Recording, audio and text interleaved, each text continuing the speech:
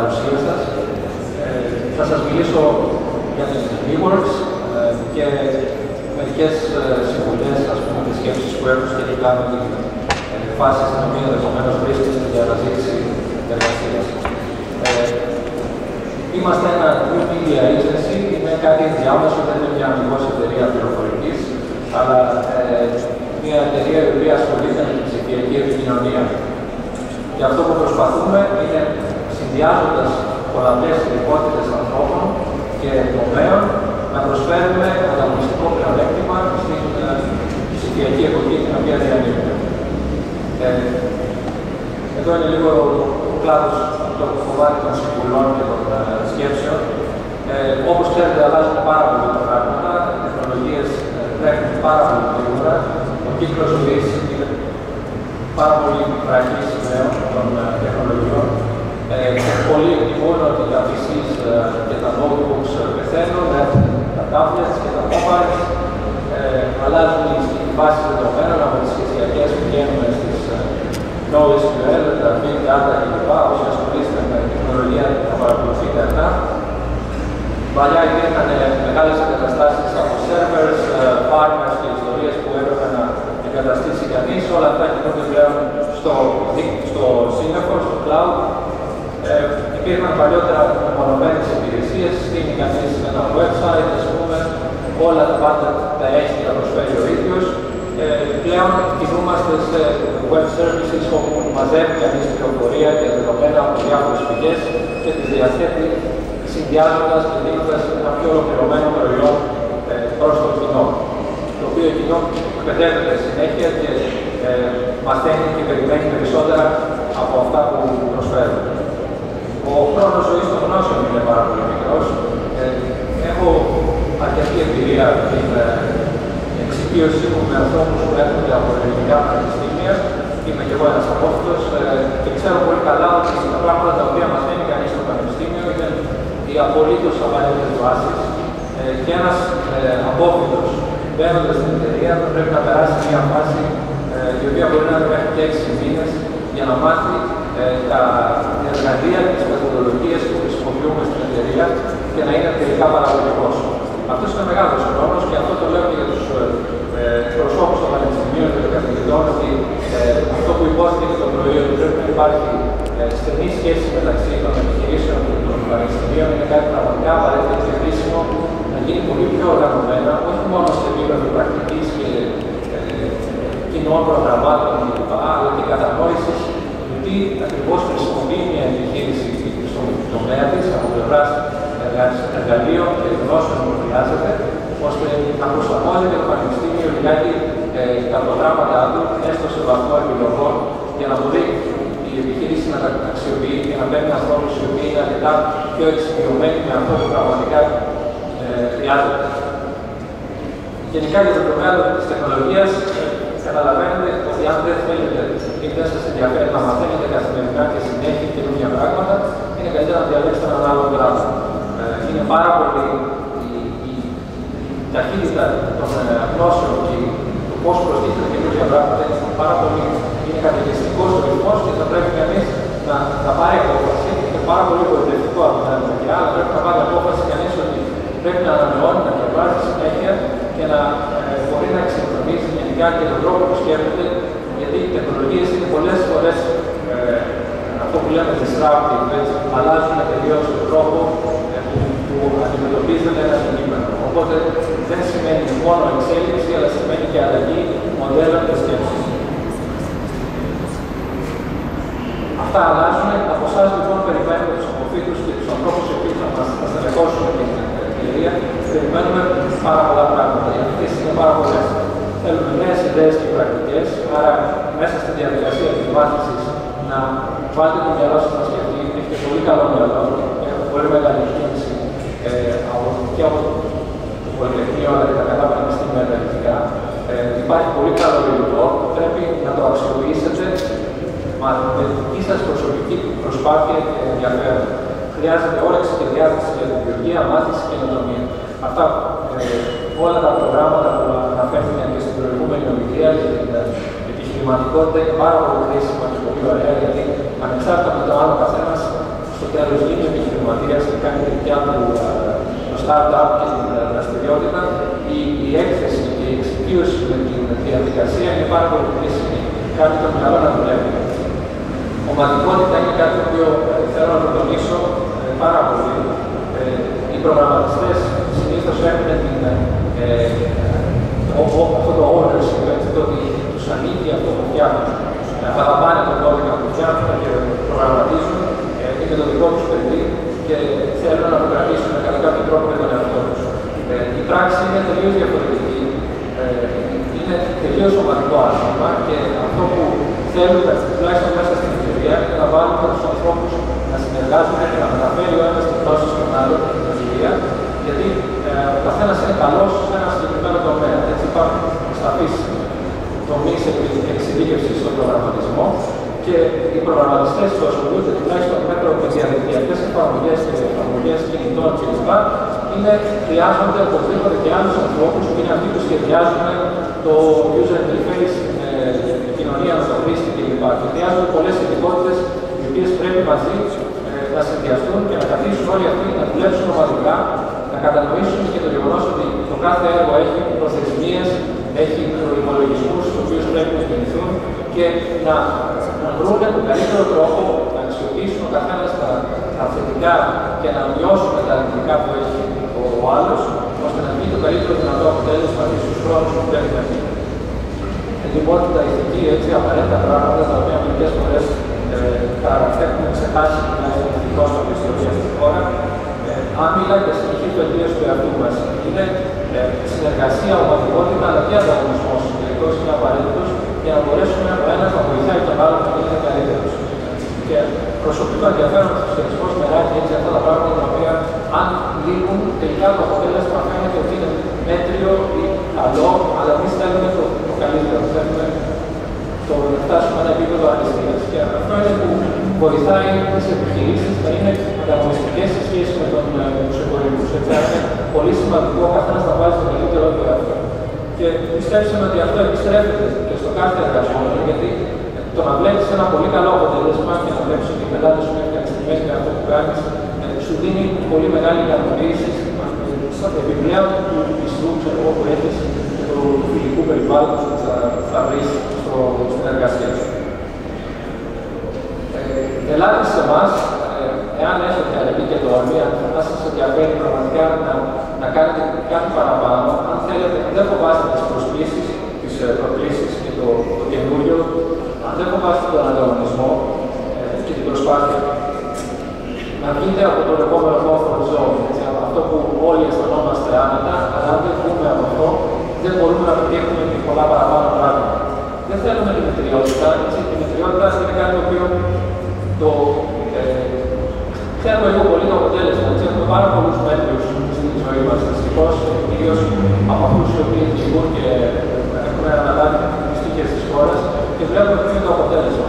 Έχουμε πάρα πολλές δυνατότητες σαν λαός, έτσι, η νοοτροπία μας, το γεγονός ότι έχουμε επιζήσει σε ένα περιβάλλον το οποίο είναι τελείως αδόμητο, χωρίς οργάνωση και χωρίς σωστές διαδικασίες, μας δείχνει ότι μας έχει εκπαιδεύσει ώστε να μπορούμε να ελισσόμαστε, να είμαστε πιο ευέλικτοι στη σκέψη μας. Και είναι και αυτό το οποίο κάνει τους Έλληνες οι οποίοι πάνε στο εξωτερικό να διαφέρουν. Έτσι, γιατί μένουν σε ένα οργανωμένο περιβάλλον και εκεί μπορούν να αναπτύξουν αυτές τις ικανότητες που έχουν και τις δεξιότητες. Αλλά μην μπείτε σε αυτή τη διαδικασία του να βρω μια δουλίτσα στην οποία απλώς θα βγάλω κάποια χρήματα και να κάνω μια ζωή μέτρια. Προσπαθήστε να αναπτύξετε τις φιλοδοξίες σας, να βάλετε στόχους στη ζωή σας, ώστε να μπορέσετε τελικά, αυτό θα σας έρθει, θα σας δημιουργήσει πολύ μεγαλύτερη ικανοποίηση στο τέλος. Μην πάτε να παρκάρετε κάπου, αν θέλετε να το κάνετε αυτό, μην έρθετε σε εμάς. Εάν μπορεί να σκεφτόσαστε να πάτε στο δημόσιο, δεν είναι εναλλακτική η εταιρεία μας, πάτε κάπου αλλού. Δεν θέλουμε ανθρώπους οι οποίοι έχουν νοοτροπία να κάνουμε κάτι απλώς για να περνάει η ώρα. Αυτό λέει ότι το μέλλον ανήκει σε αυτούς οι οποίοι θέλουν να μελερώσουν τα χέρια τους. Οπότε, μπείτε με τα μούτρα, είτε έρθετε σε εμάς για να βρείτε μια θέση εργασίας, είτε προσπαθήστε να κάνετε κάτι κοινό σας. Βάλτε όλο σας τον ενθουσιασμό, όλη την όρεξη, το ίσχυε από το περιβάλλον, έτσι το περιβάλλον είναι γενικά καταθλιπτικό και το βλέπετε. Απ' την άλλη μεριά όμως, δεν πιστεύω καθόλου και δεν μου αρέσει αυτό που ακούω για χαμένες γενιές, ας πούμε, και το μέλλον των παιδιών μας και όλα αυτά. Το μέλλον είναι μπροστά, σε εσάς, στα χέρια σας. Εσείς θα το αξιοποιήσετε και εσείς θα βρείτε τις ευκαιρίες. Υπάρχουν πάρα πολλές ευκαιρίες. Έχετε υπόψη το κλισέ που λένε ότι οι κρίσεις δημιουργούν ευκαιρίες. Δεν είναι, υπάρχει πραγματικότητα σε αυτό. Γιατί όταν δημιουργείται πρόβλημα, τότε είναι που βάζει κανείς στο μυαλό του να σκεφτεί για να φτιάξει καινούργια πράγματα. Επίσης, έχουμε το προνόμιο και την τύχη να είμαστε σε έναν κλάδο ο οποίος εξελίσσεται τόσο γρήγορα, που οι ευκαιρίες δημιουργούνται ή μπορούμε εμείς να τις δημιουργήσουμε, επειδή θα σκεφτούμε κάτι καινούργιο για το οποίο δεν υπάρχει ενδεχομένως αγορά αυτή τη στιγμή, αλλά μπορούμε εμείς να το δημιουργήσουμε. Οι τομείς του ενδιαφέροντός μας, ειδικά η εταιρεία φτιάχνει web και mobile εφαρμογές στο κομμάτι το κατασκευαστικό. Μας ενδιαφέρει η καινοτομία πάρα πολύ και έχουμε μια γάμα από συμβουλευτικές υπηρεσίες που έχουν να κάνουν με την αρχιτεκτονική της πληροφορίας, πώς δομεί κανείς την πληροφορία του και πώς την παρουσιάζει προς το κοινό στο οποίο απευθύνεται. Υπάρχει το κομμάτι της χρηστικότητας, το usability, το accessibility που έχει σχέση με προσπελασιμότητα των ηλεκτρονικών εφαρμογών για ανθρώπους με αναπηρία, οι οποίοι χρησιμοποιούν εναλλακτικές συσκευές, ας πούμε, από αυτές που χρησιμοποιούμε εμείς. Είναι πολύ σημαντικό, υπάρχουν διεθνείς προδιαγραφές, τις οποίες πρέπει να ακολουθεί κανείς για να δίνει ισότητα ευκαιριών σε όλους και πρόσβαση στη γνώση και την πληροφορία. Και αυτό είναι το accessibility. Και έχει και σχεδιαστικές προδιαγραφές που πρέπει να ακολουθήσει κανείς όταν χτίζει μια εφαρμογή. Υπάρχει το κομμάτι της προώθησης, έτσι αυτό που φτιάχνουμε πρέπει να το προωθούμε στο ψηφιακό κόσμο. Οπότε το digital marketing, έτσι και τα κοινωνικά δίκτυα είναι τα κανάλια τα οποία χρησιμοποιεί κανείς για να προωθήσει αυτό που φτιάχνει. Και το branding που έχει να κάνει με την εικόνα και την ταυτότητα της επιχείρησης ή του οργανισμού στον οποίο απευθύνεται. Αυτά είναι όλα πράγματα με τα οποία ασχολούμαστε και τα καλύπτουμε συνολικά για τους πελάτες που έρχονται σε εμάς. Η εστίασή μας είναι σε εφαρμογές που είναι σχεδιασμένες με τη δυνατότητα της προσωποποίησης των εφαρμογών. Ψάχνουμε να δούμε τι χρειάζεται το κάθε διαφορετικό κοινό, μελετάμε τις ανάγκες τους και προσπαθούμε να φτιάχνουμε εφαρμογές που είναι χτισμένες για αυτούς και δίνουν ειδικές λειτουργίες, ας πούμε, οι οποίες απαντούν στις δικές τους ανάγκες. Το usability και το να είναι κάτι καλά σχεδιασμένο και αποδοτικό και σε επίπεδο τεχνολογίας και σε επίπεδο χρήσης. Δεν θα μείνω πολύ σε αυτό. Ανοιχτά πρότυπα, γενικά δεν έχουμε κλειστές λύσεις και δεν πρέπει να έχουμε κλειστές λύσεις. Γενικά δεν μας αρέσει να παραπαινόμαστε με προϊόντα συγκεκριμένων εταιριών, οι οποίες θέλουν να συνεργαστούν, ας πούμε, και να μην μάθεις κάτι άλλο να κάνεις. Χρησιμοποιούμε έρευνα και ανάπτυξη και συμμετέχουμε και σε κάποια ευρωπαϊκά ερευνητικά έργα, μέσα από τα οποία κάνουμε συνεργασίες με άλλους φορείς και μαθαίνουμε και καινούργια πράγματα, τα οποία μπορούμε να εισάγουμε στη συνέχεια στα πράγματα που φτιάχνουμε. Η ομάδα μας είναι παραπάνω άτομα, είμαστε 30. Έχουμε 4 project managers και account managers. Αυτοί είναι αυτοί που διαχειρίζονται τα έργα μας. Γιατί τα έργα που φτιάχνουμε είναι ειδικά για το κάθε ένα, φτιάχνουμε customized λύσεις. Οπότε χρειαζόμαστε ανθρώπους οι οποίοι γνωρίζουν τις τεχνολογίες και γνωρίζουν και τις ανάγκες του πελάτη και γνωρίζουν βέβαια και την ομάδα με την οποία θα συνεργαστούμε. Οπότε αυτοί συντονίζουμε τα έργα. Έχουμε μια τέτοια θέση ανοιχτή για έναν junior project manager, οπότε εάν σας ενδιαφέρει μπορείτε να απευθυνθείτε σε εμάς για να τις συζητήσουμε. Υπάρχουν αναλυτές, υπάρχουν άνθρωποι που σχεδιάζουν το front-end κομμάτι, το user interface, όπου πρέπει να λάβουν υπόψη τους αυτά που είπα νωρίτερα για την χρηστικότητα των εφαρμογών, αλλά και το πώς θα προωθήσει κανείς με καλύτερο τρόπο από πλευράς marketing το αντικείμενο. Υπάρχουν οι προγραμματιστές μας και από εκεί πέρα διοίκηση και προώθηση για την εταιρεία. Τα χαρακτηριστικά της εταιρείας είναι σαφής εξωστρέφεια. Ίσως δεν είμαστε πάρα πολύ γνωστοί στην Ελλάδα, γιατί δουλεύουμε περισσότερο με ευρωπαϊκούς οργανισμούς. Το 90% της δραστηριότητας μας είναι από το εξωτερικό και εστιάζουμε στις υπηρεσίες επικοινωνίας οργανισμών της Ευρωπαϊκής Ένωσης.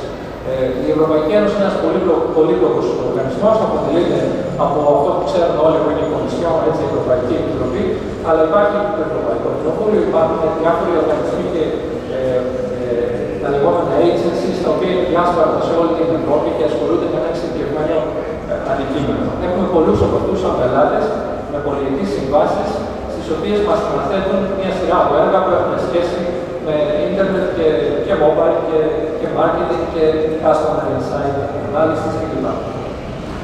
Το περιβάλλον της εταιρείας είναι φιλικό, είμαστε μια παρέα γενικά, έχουμε ένα συνδυασμό ιδιωτήτων και αυτό είναι που κάνει και ενδιαφέρον το περιβάλλον αυτό, γιατί μπορεί να αυτοί οι άνθρωποι να έρχονται σε επαφή μεταξύ τους και να ανταλλάσσουν τις εμπειρίες τους και τις γνώσεις και έτσι είναι κάτι παραπάνω από αυτό που λέμε μια εταιρεία αμυγός πληροφορικής που ασχολείται με ανάπτυξη λογιστικού και μόνο.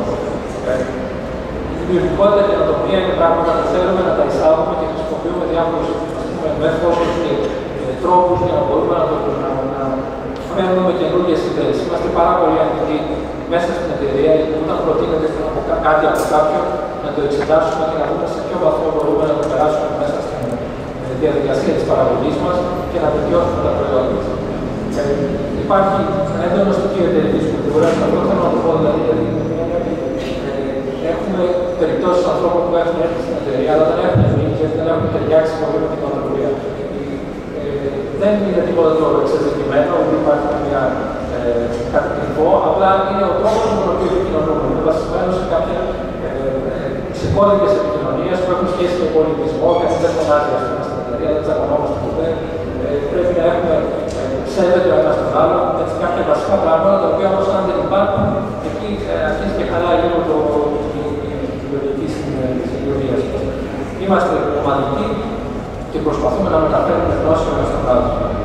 Υπάρχει κινητικότητα, μιλάμε πάρα πολύ με ξένους όπως καταλαβαίνετε, οπότε χρειαζόμαστε καλές γνώσεις και σε γλώσσα και είναι σημαντικό να μάθει κανείς να ξέρει καλά να χειρίζεται τουλάχιστον στα αγγλικά. Ισότητα ευκαιριών, πρέπει να ασχολούμαστε με προτιμήσεις που έχει κανείς και δίνονται επίπεδο διαφορετικό πέρα από τις ικανότητες που έχει και τις γνώσεις που μπορεί να φέρει στην εταιρεία. Λοιπόν, θα περάσω πιο γρήγορα γιατί πρέπει να συμμετέχω. Αυτές είναι οι συμβουλευτικές υπηρεσίες. Είναι μια αρκετά μεγάλη γάμα που έχουμε να κάνουμε. Τα τελευταία λίγο θα σας πω λίγο το Web Analytics για παράδειγμα. Google Analytics θα έχετε δει ενδεχομένως. Από εκεί μπορεί να βγάλει κανείς πάρα πολλά σημαντικά συμπεράσματα για το πού μπορεί να βελτιώσει αυτό που έχει φτιάξει. Άρα αυτή είναι βαθιά μελέτη, όχι μόνο πόσους επισκέπτες έχει ένα site, ας πούμε, αλλά και μονοπάτι ακολούθηση ο χρήστης, ας πούμε, από ένα σημείο στο άλλο, και μπορεί από αυτό να καταλάβει αν πρέπει να ξανασχεδιάσει κάτι, να προωθήσει ένα κομμάτι της πληροφορίας με διαφορετικό τρόπο για να το κάνει πιο εμφανές. Αναπτύσσουμε user interfaces, corporate identity, πώς θα προωθήσουμε την εικόνα του πελάτη μας, banners, ιστορίες, οτιδήποτε υπάρχει, ψηφιακό βίντεο, έτσι, οτιδήποτε μπορεί να χρησιμοποιηθεί για να προωθήσει κάτι στον ψηφιακό κόσμο. Και αναπτύσσουμε εφαρμογές που έχουν σχέση είτε με e-commerce, government, learning και τα συναφή, όλα τα ίδια, ας πούμε, γενικά μας ενδιαφέρουν να ασχολούμαστε. Τεχνολογίες, τις περνάω γρήγορα. Ένα ειδικό πελατολόγιο, αριστερά είναι το διπλωματικοί οργανισμοί, οπότε βλέπετε όλα τα ίδια, ας πούμε, το European Capital, είναι το Economic and Social Committee, το Eurofound στην Ιρλανδία, το Fundamental Rights Agency στην Αυστρία, Πορτογαλία, Φιλανδία, Ισπανία κλπ. Έχουμε μεγάλη παρουσία και ταξιδεύουμε πολύ. Αυτό μιλάμε με πάρα πολλούς video conference και τηλέφωνα κλπ. Είναι ενδιαφέρον. Στην Ελλάδα έχουμε λίγους και καλούς πελάτες, έχουμε το σύμβολο του πολίτη για πολλά χρόνια. Η ελευθερωτική όπως ξαναπεί.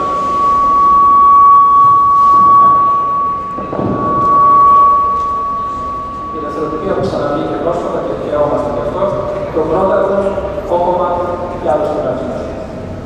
Λοιπόν, σας δείχνω μερικά screenshots από δουλειές μας και σας ευχαριστώ πάρα πολύ για το ενδιαφέρον σας και ό,τι θέλετε να έρθετε να μας ρωτάτε στο περίπτωση.